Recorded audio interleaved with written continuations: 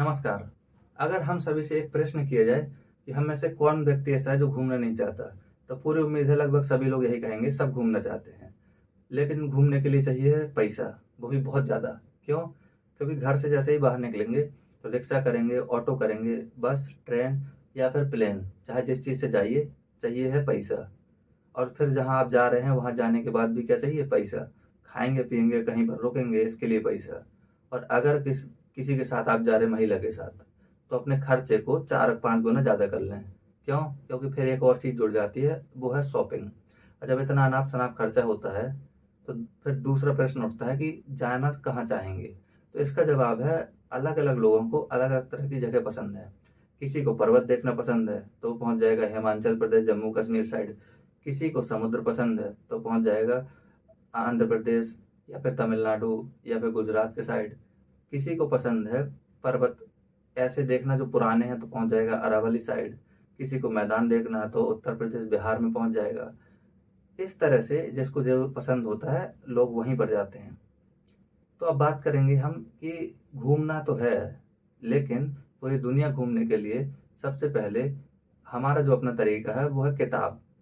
क्योंकि पैसे रुपया है नहीं, तो दूसरा तरीका है किताब के माध्यम से घूमना। कई दफ़ा देखे होंगे कि लोग घूम कर किसी जगह आते हैं और उनसे अगर कुछ पूछें उस जगह के बारे में, तो उनको कोई जानकारी नहीं होती है। एक ये तरीका है घूमने का। दूसरा है कि अभी जब पढ़ाई कर रहे हैं, तो पहले हम किताब के माध्यम से उस जगह के बारे में घूम लें, ताकि जब भविष्य में वहाँ जाने का मौका मिले, तो हम कम से कम बेहतर ढंग से वहाँ घूम पाएँ, क्योंकि हमारे पास जानकारी पहले से रहेगी।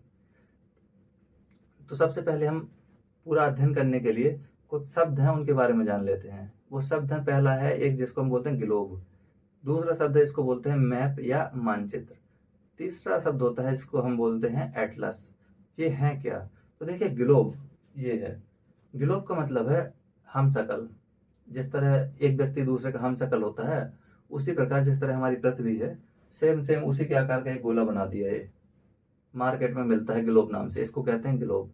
और ग्लोब का अध्ययन करना होता है कि पृथ्वी का जो पूरा आकृति है, उसकी समझ विकसित करने के लिए। इसको कहते हैं ग्लोब। ये 3D होता है। डी मतलब क्या होता है यहाँ, ये कमेंट में ज़रूर बताएं। ठीक है?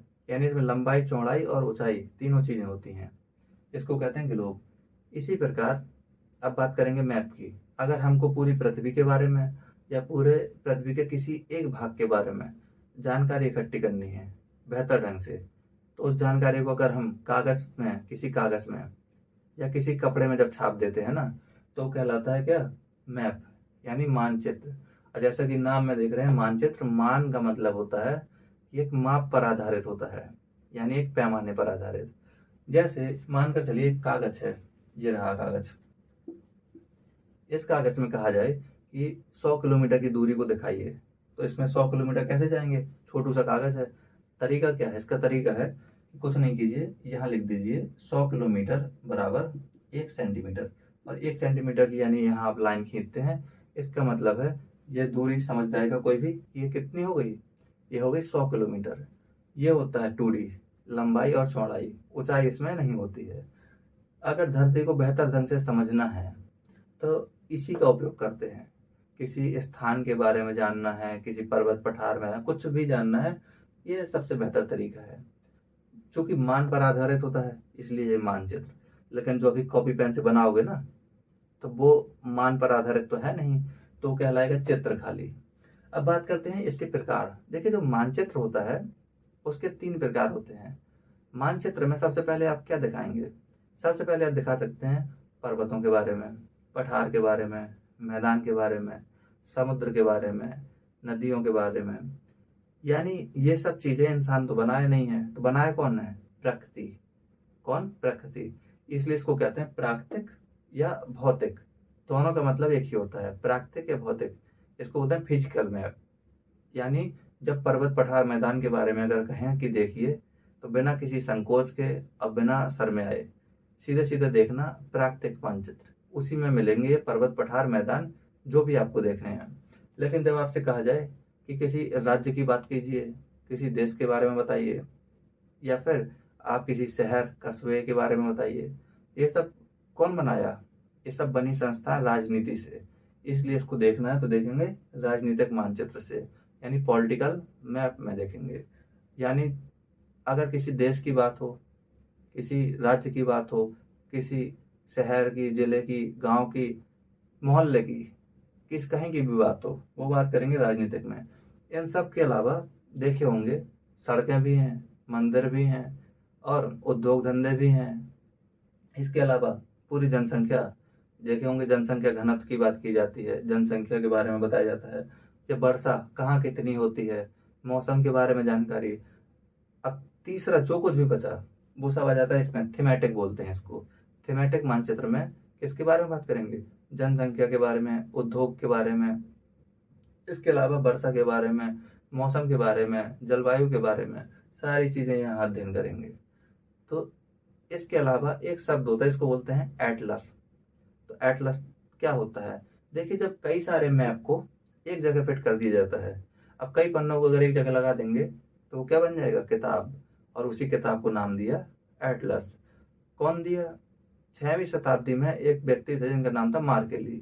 इन्हें बहुत शौक था मैप बनाने का, जहां जाते थे अपने हिसाब से मैप बनाते थे। और इन्होंने कई सारे मैप बना लिए और कई सारे मैप को इकट्ठा कर दिया और उसको नाम दिए एटलस। तो आज भी देखेंगे कि एक व्यक्ति उंघारा सा रहता है और यहाँ पर कंधे पे पृथ्वी को ऐसे उठाए रहता है। ये चित्र वहीं से है। तो मार्कोली महोदय की कृपा से ही यह एटलस आया है। इसलिए ध्यान रखिएगा कि जो भी कुछ आज है उसके पीछे कहीं ना कहीं कारण कहाँ है? अतीत में। तो थोड़ा उनकी इज्जत खातिर ढंग से पढ़ाई लिखाई कर लो। अब हम अपनी अगली क्लास में ये जानेंगे कि हमको पढ़ना कैसे है, किस क्रम में हम चीज़ों को जानेंगे, और उसके बाद शुरू करेंगे पूरे विश्व की यात्रा, और बिना पैसे की, 1 रुपये भी खर्च नहीं है, और पूरे दुनिया घूम लेंगे। इसके बाद बैठिएगा उन लोगों के साथ जो फ्लाइट के द्वारा घूम कर आए हैं, और यकीन मानिए उनसे कहीं ज़्यादा जानकारी आपके पास होगी, जबकि वो वहाँ घूम कर आए हैं। आपको इतना अपनापन सा लगेगा उस जगह के बारे में पढ़ने के दौरान, इसका भरोसा रखें। ठीक है, धन्यवाद। और जो भी कंटेंट से संबंधित इंफॉर्मेशन अगर हमको अपलोड करनी है, देनी है, तो टेलीग्राम में दी जाएगी। और साथ ही साथ कमेंट के माध्यम से अगर कुछ पूछना चाहते हैं तो ज़रूर पूछें। ठीक है, धन्यवाद।